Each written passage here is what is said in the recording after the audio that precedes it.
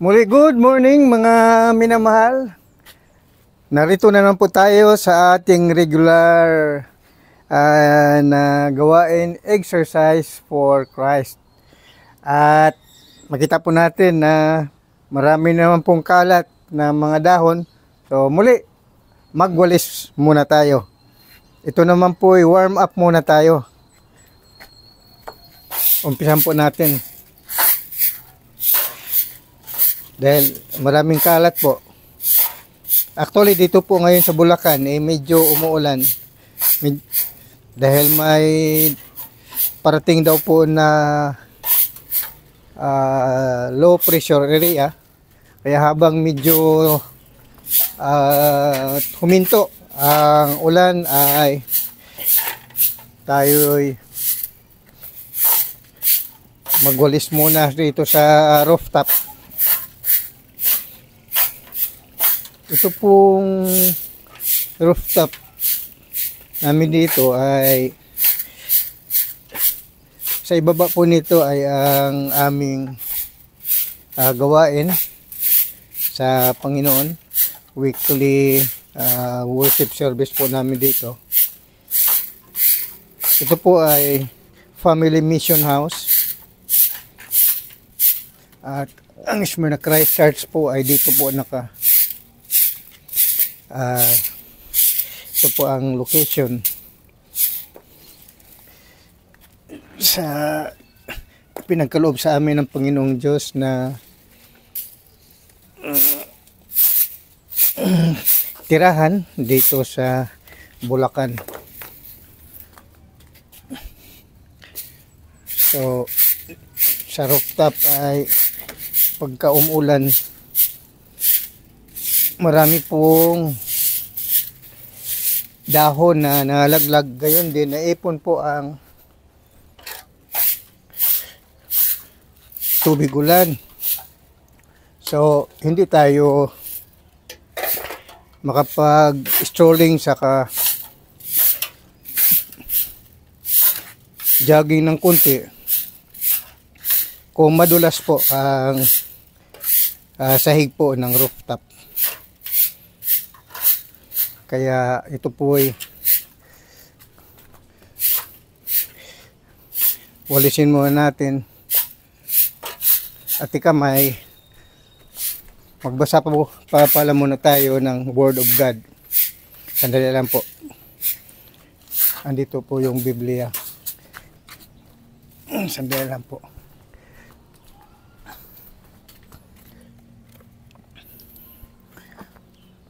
So mga minamahal, ay Word of God po muna tayo. Kasi po ang ating segment ng ating mga gawain, isa rito ay ang ating exercise for Christ. Ang gawain ito ay mula Lunes hanggang Biyernes. Kasi Sabado at Linggo nasa pagbabasa po tayo ng Biblia at pagpalaganap din ng salita ng Diyos magitan ng YouTube at Facebook at iba pang platform. So kasalukuyan, magbasa po muna tayo. Gawa, Kapitulo 4, versikulo 10 hanggang 12. Talastasin ninyong lahat at ng buong bayan ng Israel na sa pangalan ni Jesucristong taga Nazaret, na inyong ipinako sa krus, na binuhay ng Diyos na maguli sa mga patay, dahil sa Kanya ay nakatindig ang taong ito sa inyong harap na walang sakit. Siya ang bato na itinakwil ninyong mga nagtayo ng bahay na naging pangulo sa panulok. At sa kaninong mang iba ay walang kaligtasan sapagkat walang ibang pangalan sa silong ng langit na ibinigay sa mga tao na sukat nating ikaligtas. So purihin ang Panginoong Diyos sa pagkabasa ng salita. So mga minamahal, itong ating binasa sa ngayon, nagpatungkol po ito sa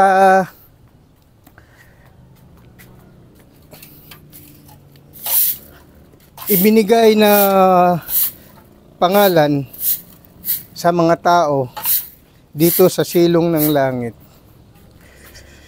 na ang sinabi sa talata, Gawa 4:12, walang ibang pangalan na sukat nating ikaligtas, kundi sa pangalan ni Jesucristo.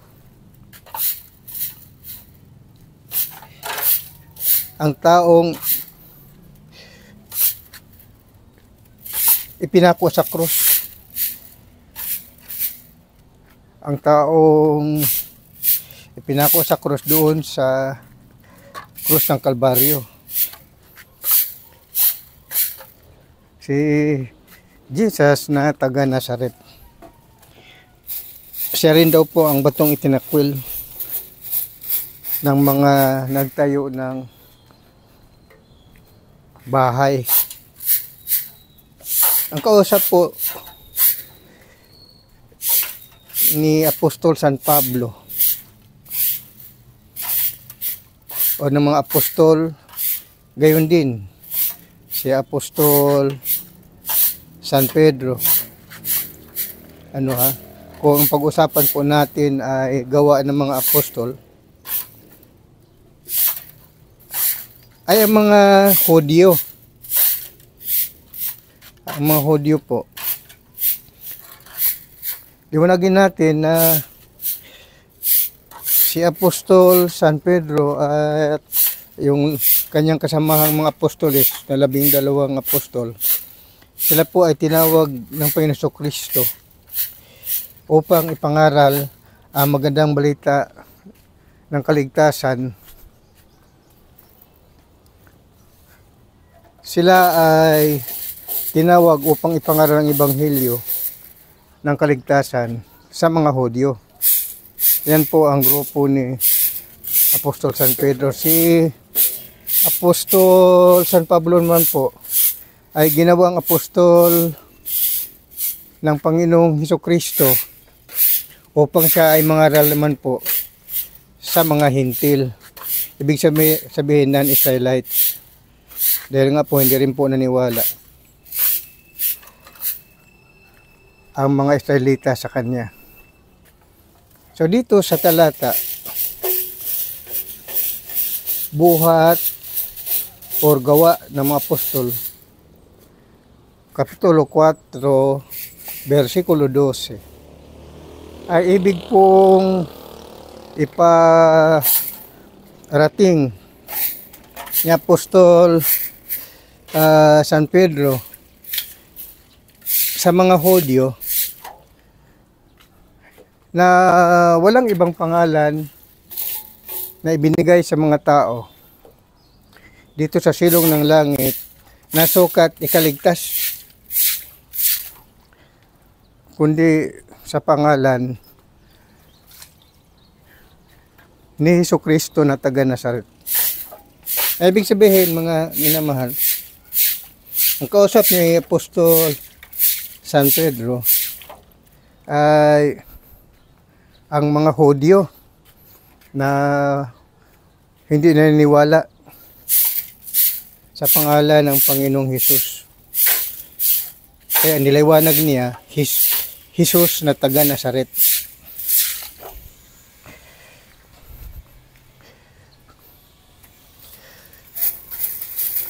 Ang mga Hudyo, sila po ang sinaunang mga tao na covenant people of God. Panahon ng Old Testament at gayon din sa panahon ng New Testament. Ngunit sa pagbabago ng panahon na kung saan mismo ang Panginoong Jesucristo na ang nangaral ng kaligtasan, ay unang-una ang salita ng Diyos ay para sa mga Hudyo. Then later on, nang tinawag si Apostol San Pablo, ay ipinangaral na rin para sa mga Hintil.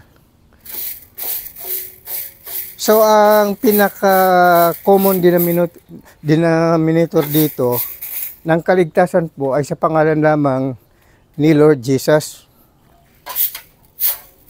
So ang sabi nga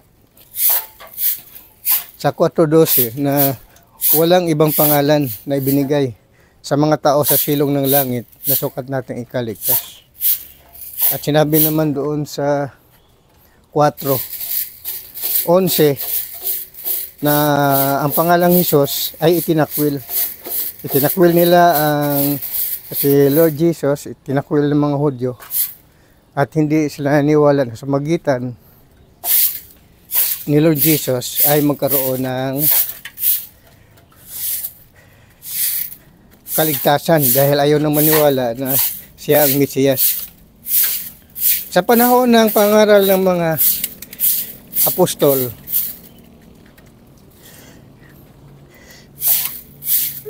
sa aklat ng gawa ng mga apostol, Acts of the Apostles, ay nasa langit na po ang Panginoong Jesucristo.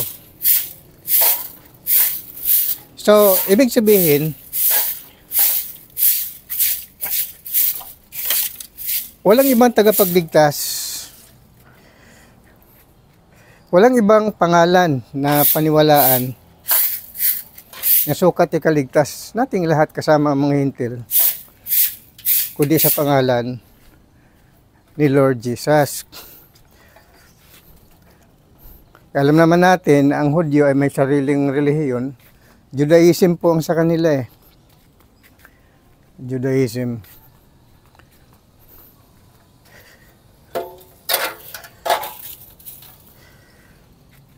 So, nanatili sila sa lumang kautusan, nanatili sila sa Old Testament law na ibinigay sa kanila ni Moises.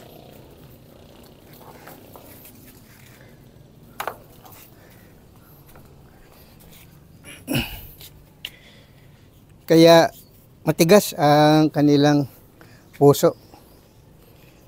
Hindi sila naniwala na ang Panginoon Kristo ay kanilang Mesiyas. See? Ano ang ibig sabihin sa talata 11 ng Gawa Kapitulo 4 ay itinakwil ng mga Hudyo si Jesucristo bilang Panginoon na tagapagligtas.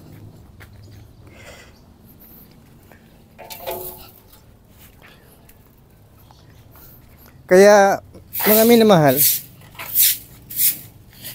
yan ngayon ang ating tatalakayin. Nasa dami ng relihiyon ngayon ay kanya-kanyang doktrina at kanya-kanya rin paniwala ang mga tao.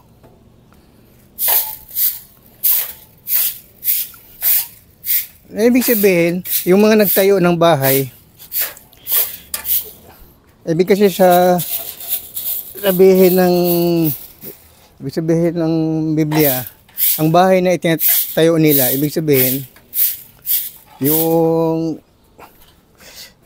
bahay pang relihiyon.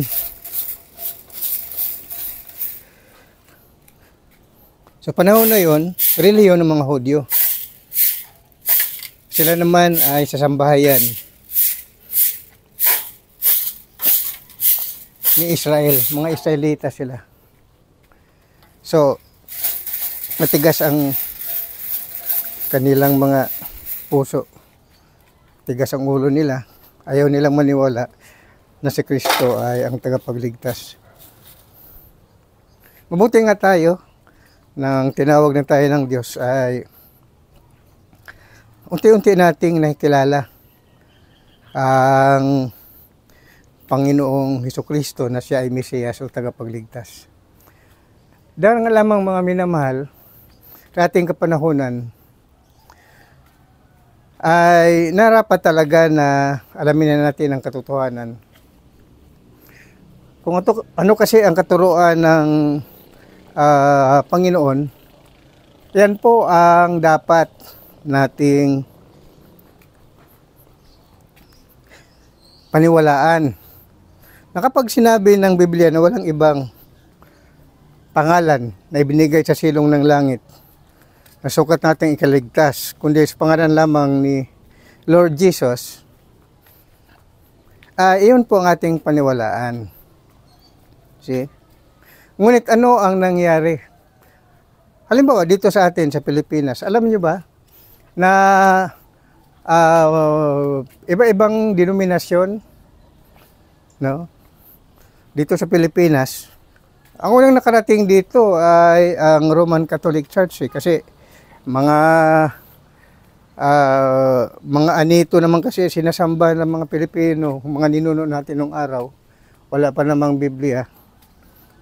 So ang nakarating dito sa atin unang-una ay ang mga Kastila, dala-dala nila ang relihiyon ng Iglesia Katolika Romana at may dala silang Biblia at krus. Yun, kapanahonan ni Magellan, March 16, 1521.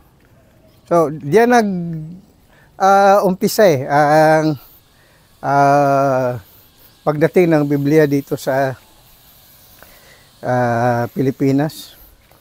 At sinakop tayo ng mga Kastila mula sa panahong yun hanggang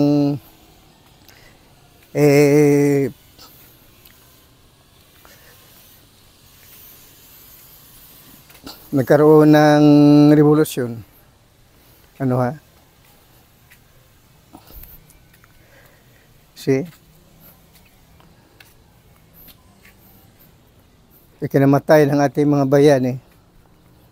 Jose Rizal, Mabini, at iba pa.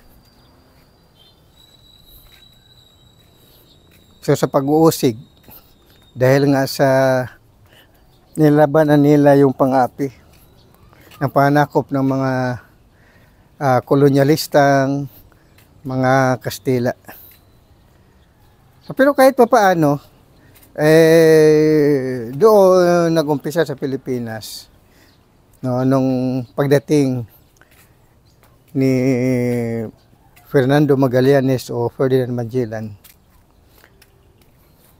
ang pagsakop sa Pilipinas bilang bansa na mapasailalim sa imperyo ng Espanya. So, sa pagsakop ng iba't ibang isla, Cebu, Samar, Leyte, Luzon, Visayas, ang Mindanao hindi nila nasakop Nagkaroon ng tinatawag nila na Roman Catholic Church, Christyle of Christianity.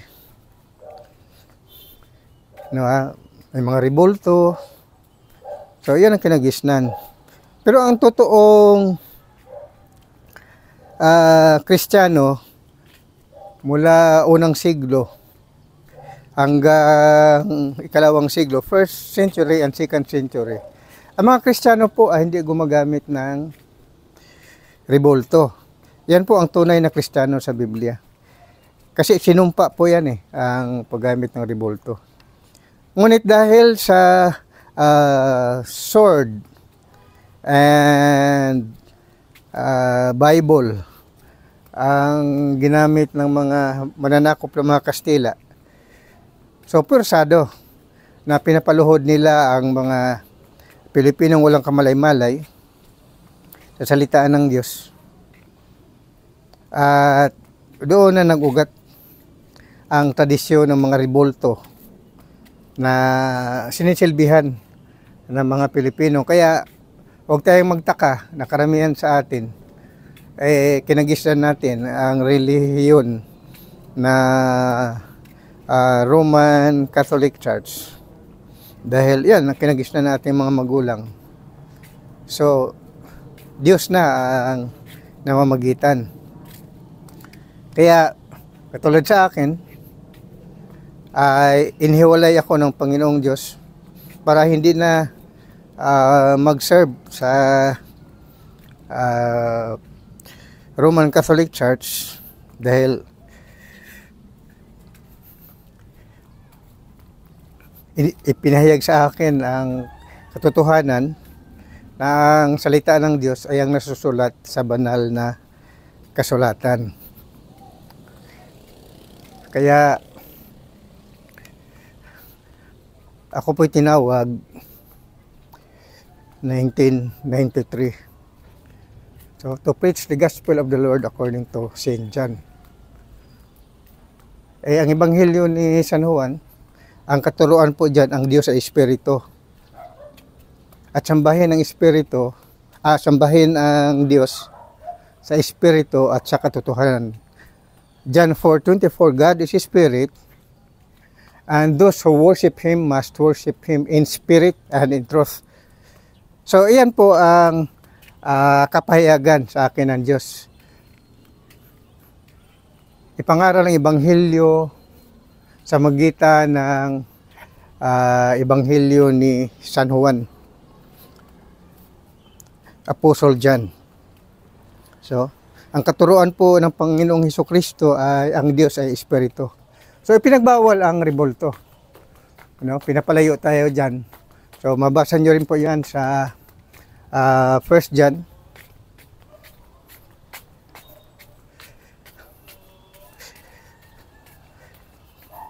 Chapter 5, verse 21.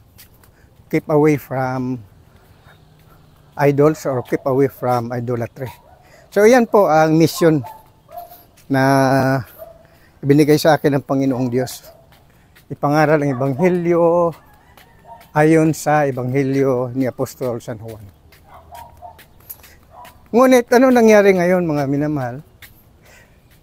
Alam naman natin na laganap ang iba't ibang Christian denomination. Alam niyo po ba na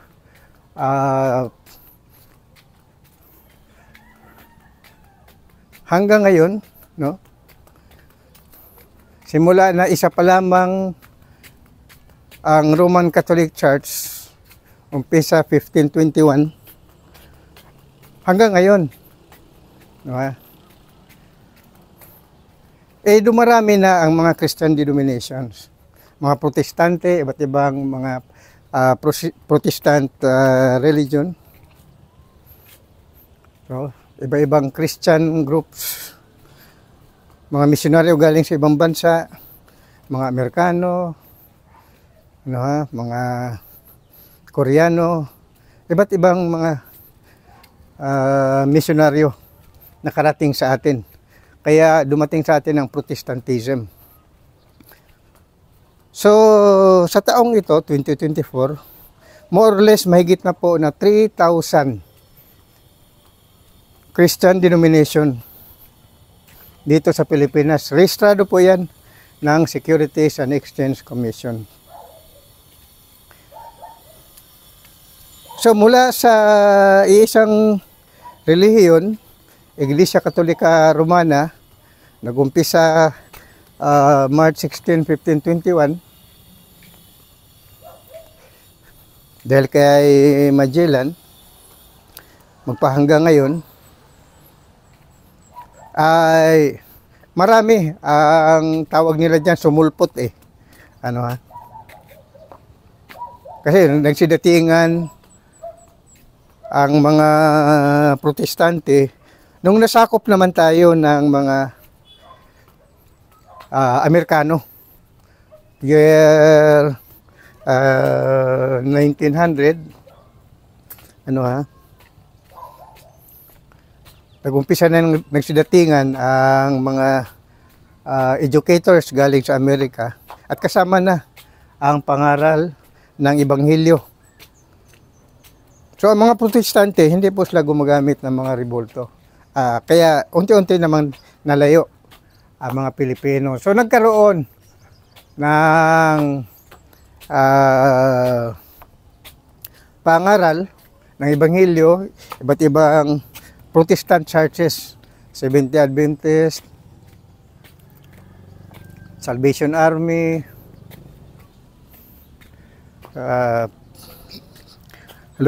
Luther, yung kay Martin Luther, Lutheranism. See? Iba pa ang mga grupo ng mga protestante. So makita natin ngayon sa ating bansa. Tapos nagkaroon ng iba pang mga isa pang grupo, pero may revolto pa rin naman, Pilipinista, no? Makita natin ngayon sa kapaligiran. Ang dami ng mga Christian denominations, more than 3,000 Christian denominations dito sa Pilipinas. So ang gumagamit ng revolto hanggang ngayon ay ang Roman Catholic Church at ang Simbahang Pilipinista. Ang pinaka-founder si Gregorio Aglipay. Then dumating naman yung iba pang mga relihiyon. Saksi ni Jehovah. See? Mga Methodist. Basta grupo ng protestante. Ang tawag dyan. Kaya protestante dahil sa bansag po yan ng Roman Catholic Church sa mga relihiyon na humiwalay sa kanila. Kaya nga Protestant, ayun ang ibig na sabihin Kasi kiniklaim ng Iglesia Katolika Romana na sila ang tunay na relihiyon. Yan ngayon mga minamahal ang ating pag-usapan. Unang-una ay hindi natin masamain ang mga iba't ibang mga organisasyon mula roon sa Roman Catholic Church, then Protestante at iba pang denominasyon. Ang mahalaga po rito ay atin lang po obserbahan yung mga katuruan. So, kaya binabasa po natin ang Biblia. Marahil, ang bawat isa sa inyo ay napaloob na sa iba't ibang klaseng Christian denominations. So, habang nariyan po kayo sa inyong mga religious organizations, ay habang tayo ay nag-exercise for Christ, ay sa magitan ng ating pagbabasa ng Biblia, ay suriin din po natin lahat ang mga katuruan ng iba't ibang religious organization. So, ang pinaka panatiko dyan sa kanilang mga pagtuturo, yung bang claim nila, no? Bawat isa ay nagkiklaim na sila ang tunay na relihiyon na itinayo ng Panginoon Jesucristo. Tandaan natin yung binasa natin kanina, kung basahin ko ulit sa Biblia. Ang sabi po rito, Gawa Kapitulo 4, versikulo 10 hanggang 12, sinabi rito, Talastasin ninyong lahat at ng buong bayan ng Israel na sa pangalan ni Jesucristong taga Nazaret na inyong pinako sa krus, na binuhay ng Diyos na maguli sa mga patay. Dahil sa Kanya ay nakatindig ang taong ito sa inyong harap na walang sakit.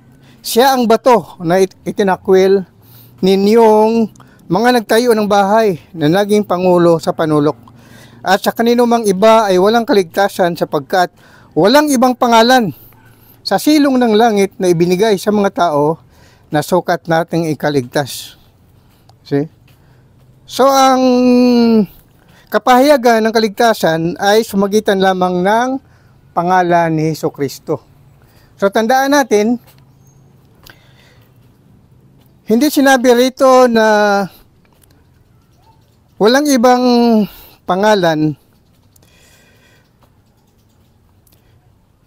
sa silong ng langit na ibinigay sa mga tao na sukat nating ikaligtas, kundi sa pangalan lamang ng religious organization. Hindi po sinabi ng ganon, mga minamahal. Maliwanag po ang banal na kasulatan. Pero ano ang nangyari sa kasalukuyan? Karamihan ngayon sa mga pundador ng religious organization, lalo na ang Roman Catholic Church at iba pang mga organisasyon, ang kanilang ipinapangaral ay ang pangalan ng kanilang church organization, na ang kanilang claim, sila ang, katulad ng halimbawa ng Iglesia Katolika Romana, sila daw po ang original na tunay na iglesia na itinayo ni Kristo. Pagkatapos ay babasahin po nila ang sitas, Mateo 16:18. Puntahan po natin.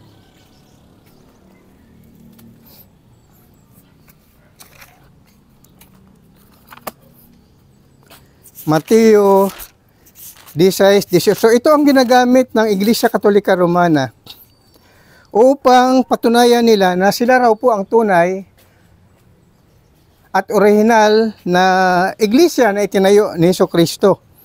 Basahin po natin. Mateo Kapitulo 16, versikulo 18.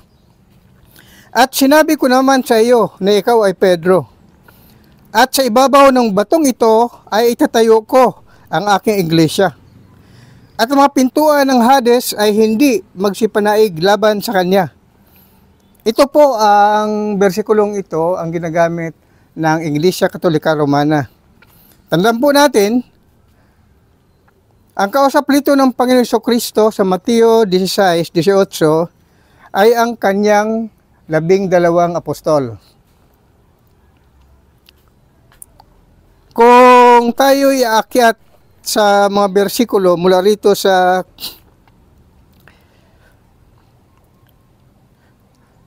versikulo 13 patuloy sa 18, ganito ang ating mabasa. Nang dumating nga si Jesus sa mga sakop ng Cesarea na Filipo, ay itinanong niya sa kanyang mga alagad na sinasabi, ano baga ang sabi ng mga tao kung sino ang anak ng tao? Ibig sabihin, ano ang sinasabi nila tungkol kay Kristo? Versikulo 14, at kanilang sinasabi, ang ilan, si Juan Bautista, ang ilan, si Elias, at ang iba, si Jeremias, o isa sa mga propeta. Kanyang sinabi sa kanila, datapwat, ano ang sabi ninyo kung sino ako? At sumagot si Simon Pedro at sinabi, ikaw ang Kristo, ang anak ng Diyos na buhay. At sumagot si Jesus sa versikulo 17 at sa kanya ay sinabi, mapalad ka Simon Barjonas sapagkat hindi pinahayag sa iyo ito ng laman ng dugo kundi ng aking Ama na nasa langit. At sinabi ko naman sa iyo na ikaw ay Pedro at sa ibabaw ng batong ito ay itatayo ko ang aking iglesia at ang pintuan ng Hades ay hindi magsipanaig laban sa kanya. Dito mga minamahal, ang kausap dito ng Panginoon Jesucristo ay ang 12 mga apostoles. Tinuturuan ng Panginoon Jesucristo ang mga 12 apostoles na kanyang tinawag bilang kanyang mga alagad upang maging pundasyon ng pangaral ng Ebanghelyo ng Kaligtasan. So ang kanilang pinaka-profesor ay ang Panginoong Jesucristo. Wala pang kaalam-alam ang mga apostoles, mga minamahal. So, sa kalagayang ito, mga minamahal, wala pang Kristyanismo. Wala pang Kristyanismo. Wala pang natayong iglesia sa New Testament.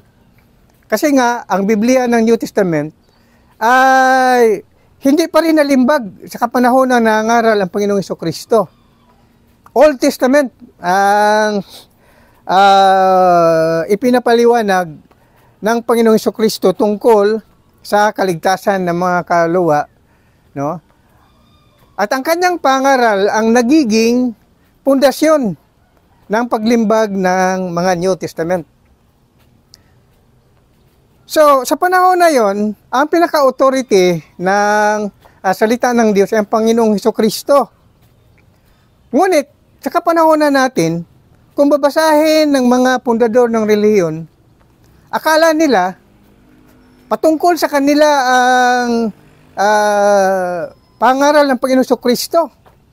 Dito po sa Ebanghelyo ni San Mateo, Kapitulo 16, versikulo 18, ang kausap po rito ng Panginoong Hesukristo ay ang kanyang 12 apostol.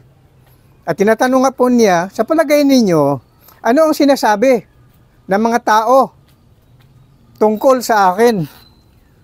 Kaya sabi ng mga apostoles, sinabi nila na ikaw raw si Juan Bautista. At ang ilan naman, sabi nila, ikaw ay si Elias. At ang iba naman, sabi nila, ikaw ay si Jeremias o isa sa mga propeta. Kaya sabi ng Panginoong Kristo, kayo, anong masabi niyo tungkol sa akin? Sino ako? Ang sumagot, si Apostoles San Pedro, versikulo 16. At sumagot si Simon Pedro at sinabi, ikaw ang Kristo, ang anak ng Diyos na buhay.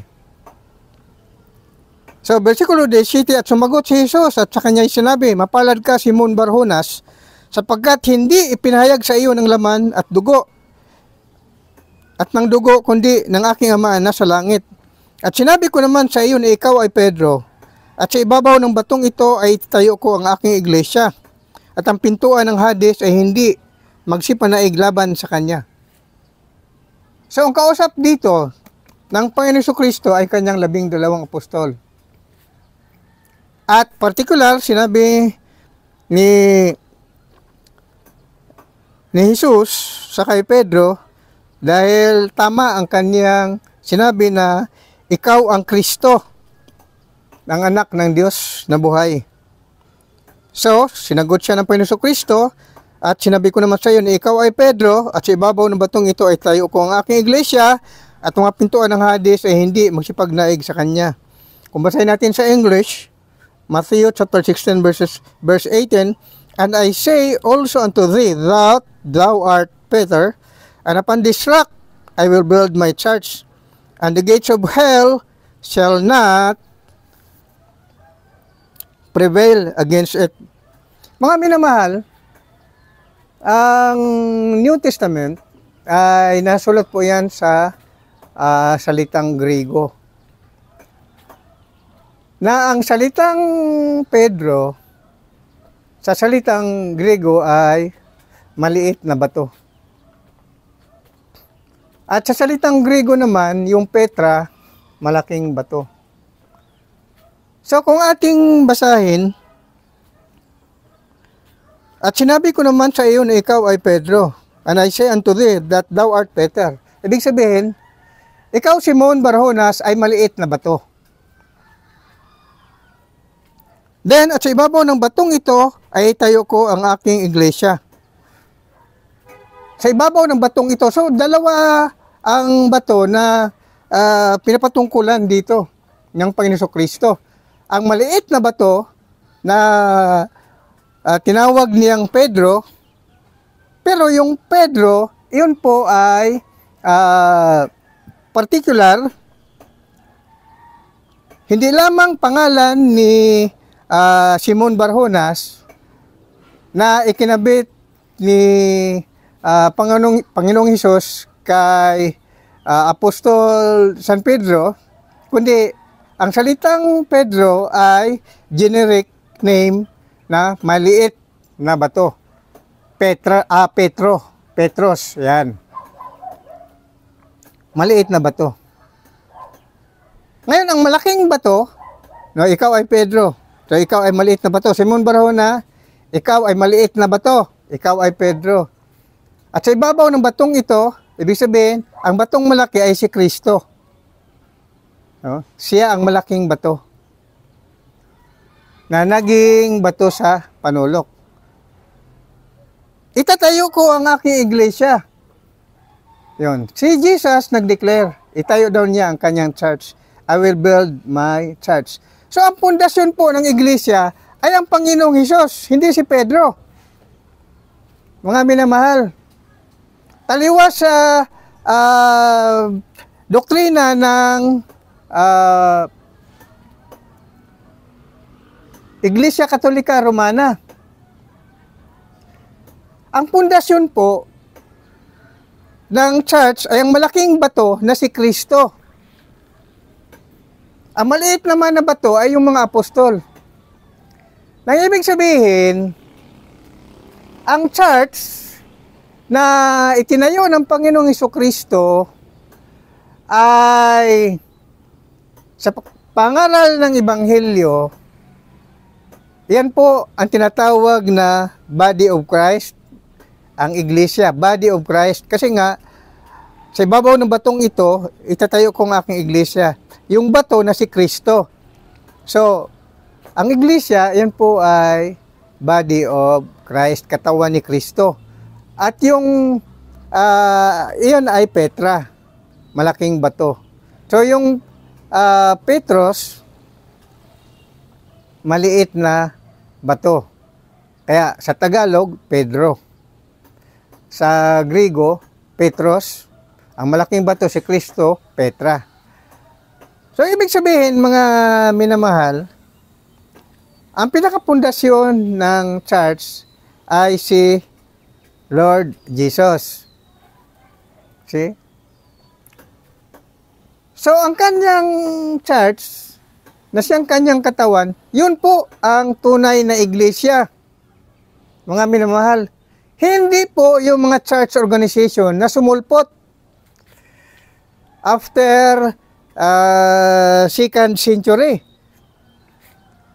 Kasi ang isa sa mga churches sa panahon ng 3rd century ay mabasa po natin yan sa mga sulat ng mga apostol.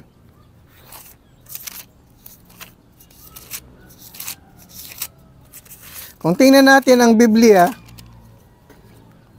sa New Testament, nakita na mga New Testament books. Gospel of Matthew, Mark, Luke, John. Tapos, Book of Acts. Tapos, letters to the Romans, Corinthians, Galatians, Ephesians, Philippians, Colossians, Thessalonians, then Hebrews. Ang mga sinaunang mga Christian churches ay ang mga Kristiyano sa Roma. Ano ha? Iglesia doon sa Roma, iglesia sa Corinto, iglesia sa Galacia, iglesia sa Efeso, iglesia sa Filipos, iglesia sa Colosas, iglesia sa Thessalonica. At nasulat pa rito sa Book of Revelation, ang iglesia sa Revelation chapter 2, iglesia sa Efeso, iglesia sa Smyrna, iglesia sa Pergamo, iglesia sa Thyatira, iglesia sa Sardes, iglesia sa Philadelphia, iglesia sa Laodicea. Yun po ang mga original na mga Christian churches, mga minamahal. Hindi po ang Roman Apostolic Catholic Church. So mismo ang Biblia ay nagsabi kung ano-anong mga pangalan ng Christian churches na original na itinayo ng Panginoon Hesukristo sa pamagitan ng kanyang mga apostoles. Basahin ko muli mga original na Christian churches na itayo ni Jesucristo sa pamagitan ng kaniyang mga apostol. Iglesia sa Roma, Iglesia sa Corinto, Iglesia sa Galacia, Iglesia sa Episo, Iglesia sa Filipos, Iglesia sa Colosa, Iglesia sa Thessalonica. Tapos dito naman sa Revelation, chapter 2 and 3, Iglesia sa Ephesus, Iglesia sa Smyrna, Iglesia sa Pergamo, Iglesia sa Thyatira, Iglesia sa Sardes, Iglesia sa Philadelphia, Iglesia sa Laodicea. Yun po ang mga original na mga Christian churches na itinayo ng Panginoong Jesucristo sa magitan ng kanyang mga apostol. Ang pinaka-mother church po ay Iglesia sa Jerusalem, na pinamunuan po ng mga 12 apostles. Kaya naging 12, hindi na po kasali doon si Judas Iscariote, pinalitan na siya ng isa sa mga alagad. So, si Matias naging apostol. Si Matias, siya ang pang-12. So, sila ang unang tagapangaral ng Ebanghelyo na itinuro ng Panginoon Kristo. Naitayo nila ang iba't ibang Christian churches sa unang siglo. Mga minamahal, first century church. Yan po ang original ng mga Christian churches. Hindi po ang mga Christian churches na nag-claim na sila ang continuation ng at nagiging tunay at totoo na iglesia. Iyon po ay sabi-sabi lang po nila. Kasi kung hindi nasulat sa Biblia ang mga pangalan ng kanilang iglesia, iyon po ay nakarehistro po yan sa Securities and Exchange Commission. So, ang lahat ng nakarehistro sa Securities and Exchange Commission o anumang records dito sa mundong ito ay bulaan. Dahil ang tunay na mga pangalan na nakalista sa Biblia, iyon po ang totoo. Sila po ang original. Mga minamahal. So kaya huwag po kayong maniwala na ang Roman Catholic Church, siya po ang tunay na iglesia na itinayo ni Kristo. Kahit tinuturo nila yan sa inyo, huwag po kayong maniwala. Kaya basahan po ninyo sa Biblia, Revelation chapter 2 and 3. Nandun po ang listahan ng 7 churches sa Asia. Then, yung mga sulat ni Apostol San Pablo. Mga sulat ni Apostol San Pablo, yun po ay nakadetalye. Sa bawat iglesia na itinayo ni Apostol San Pablo, iglesia ng mga Hintil. Kasi, yung iglesia ng mga Hintil, yun po ang naitayo ni Apostol San Pablo sa Roma, sa Corinto, sa Galacia, sa Episo, sa Filipos, sa Colosas, at sa Thessalonica. Mga minamahal, ang unang naitayong iglesia ay sa Jerusalem. Church of Jerusalem. Yun po, nakalista po yan dito. So ano po ang nangyari sa ngayon? Kaya magulo. Nag-away-away po ang mga reliyon, mga minamahal, kasi sa kanilang mga kabulaanan, sa kanilang mga itinuturo. So, tandaan po natin na mga nagsisulputan ng mga relihiyon mula pa noong 3rd century, magpahanggang ngayon, na kung mag-claim sila na sila ang tunay na iglesia na itinayo ni Jesucristo, yan po ay kabulaanan dahil hindi po natin mabasa sa Biblia. See? So, mag-exercise po muna tayo. Sandali. So mga minamahal, at least nalaman nyo na ha, sa Biblia po tayo magbase. So sa ngayon, ano ang sabi ng Panginoon Kristo sa kanyang mga apostoles na itinuturo? Sabi ni Apostol San Pedro na walang ibang pangalan na ibinigay sa tao sa silong ng langit na sukat nating ikaliligtas, kundi sa pangalan lamang ni Kristo na taga Nazaret. Yan po mga minamahal, ang totoo. Bakit? Dahil sinasabi ng Panginoon Kristo, I am the way, the truth, and the life.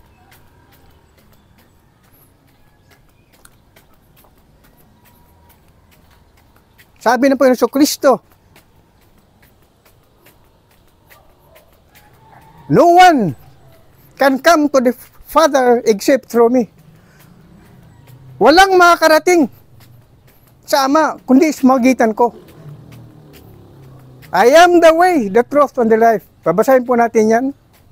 John chapter 14, verse 6. Ito po ang sinabi ng Panginoon Kristo na dapat natin paniwalaan.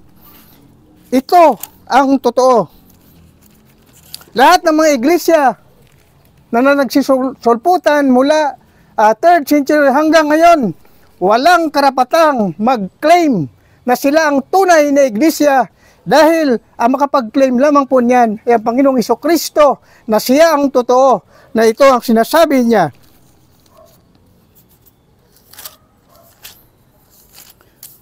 Juan 14:6.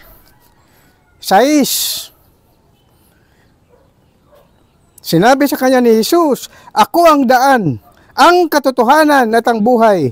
Sino man ay hindi makaparoroon sa Ama, kundi sa pamagitan ko.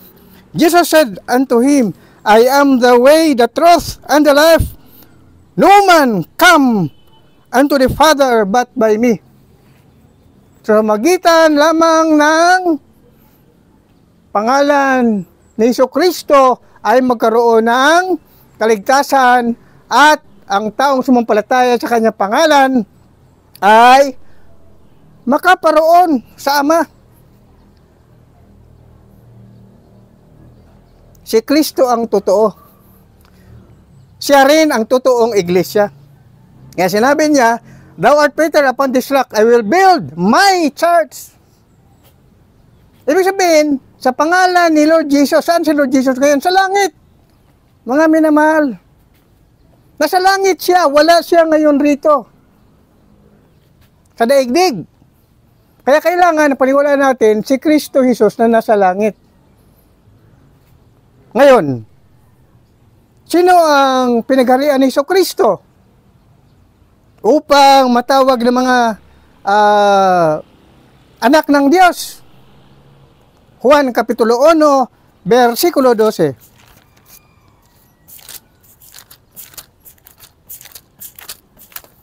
Ito ang sinasabi.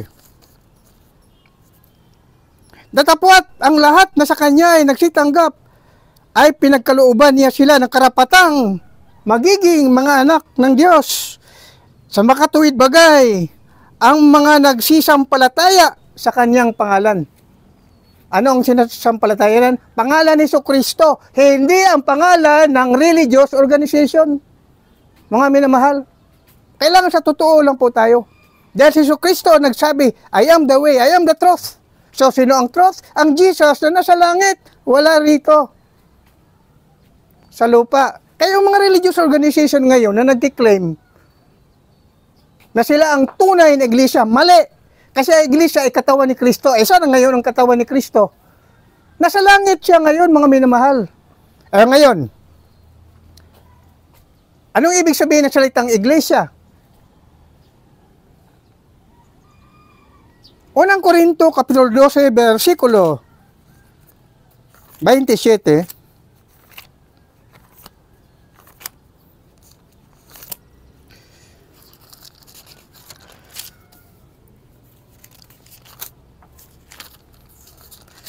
Ito ang ating mababasa. Ang sabi rito,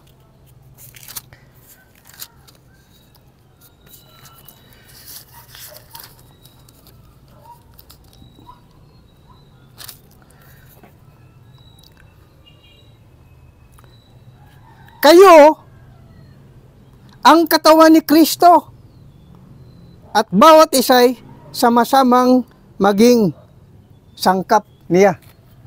See? Kayo ang katawan ni... Sino? Yung mga sumasampalataya sa pangalan ni Jesucristo. Ano ang kanyang pinapangaral ngayon dito sa mundong ito ng mga pundador ng relihiyon? Pangalan ng kanilang iglesia. Nasabi nila, sila lamang ang totoong pangalan na nasulat sa Biblia. Sila lamang ang tunay na iglesia. Sino una nag-claim yan? Roman Catholic Church. At yung iba pang mga religious organization. So, tandaan natin, ang tunay na mga Christian organization na totoo na kay Kristo ay ang nasusulat sa banal na kasulatan. Paano tayo maging anak ng Diyos kung sampalatayan na natin na ang Panginoong Hesus, Kanya lamang pangalan ang ating sasambahin at sampalatayanan upang tayo ay magkaroon ng karapatang maging anak ng Diyos. Paano, mga minamahal? Sumampalataya tayo ng ating Panginoong tagapagligtas ay ang Panginoong Hesus Kristo. At siya ay mananahan sa ating puso sa magitan ng panampalataya. Efeso, Kapitulo 3, versikulo 16 hanggang 17. Ito ang sinasabi. Upang sa inyo ipagkaloob niya ayon sa mga kayamanan ng kanyang kalulatian na kayo'y palakasin ng kanyang kapangyarihan sa magitan ng kanyang espiritu sa pagkataong loob na si Kristo ay manahan sa inyong mga puso sa magitan ng panampalataya upang kung kayo mga ugat at magtumibay sa pag-ibig. So kailangan daw ang espiritu ni Kristo ay tatahan sa ating mga puso upang si Kristo sa magitan ng ating panampalataya ay maging kapiling niya, siya ay manahan sa ating mga puso sa magitan ng ating panampalataya. Hindi po ang pangalan ng religious organization o pangalan ng Christian Church. Hindi po. Sa pangalan lamang po ni Lord Jesus. Dahil ang iglesia nga po ay kalipunan ng mga mananampalataya. Kahit sino ka man. Huwag mong dalhin ang pangalan ng iyong religious organization. Kasi kung dalhin mo yan, mali ang iyong panampalataya. Si Lord Jesus ngayon, ang body of Jesus ay umakyat sa langit. Sino ngayon ang body of Christ dito sa lupa? Sa magitan ng panampalataya, ang lahat ng mga nampalataya ay one body of Christ. Kayo ang katawan ni Kristo. Dahil ang katawan ni Kristo, Kolosa 1:18 ay sinasabi,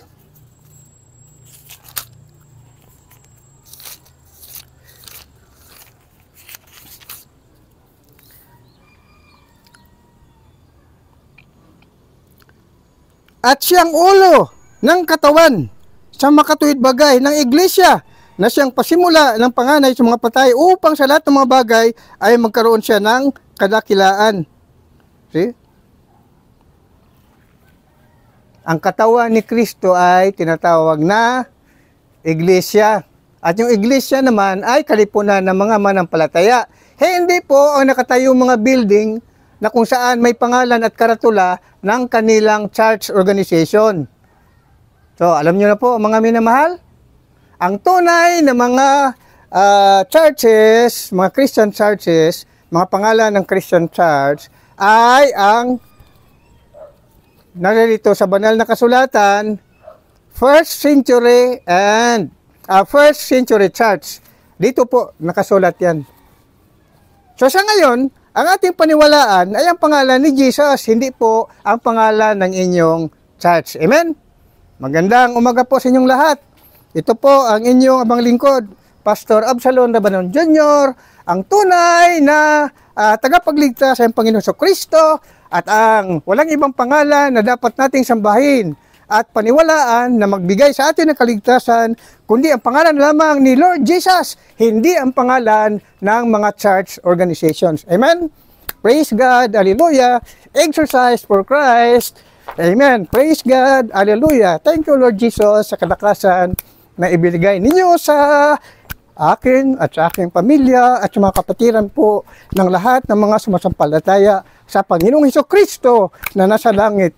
In Jesus' name, amen. Praise God. Hallelujah. Hallelujah. Hallelujah. Thank you, Lord Jesus. Tayo po ay mag-inhale, exhale.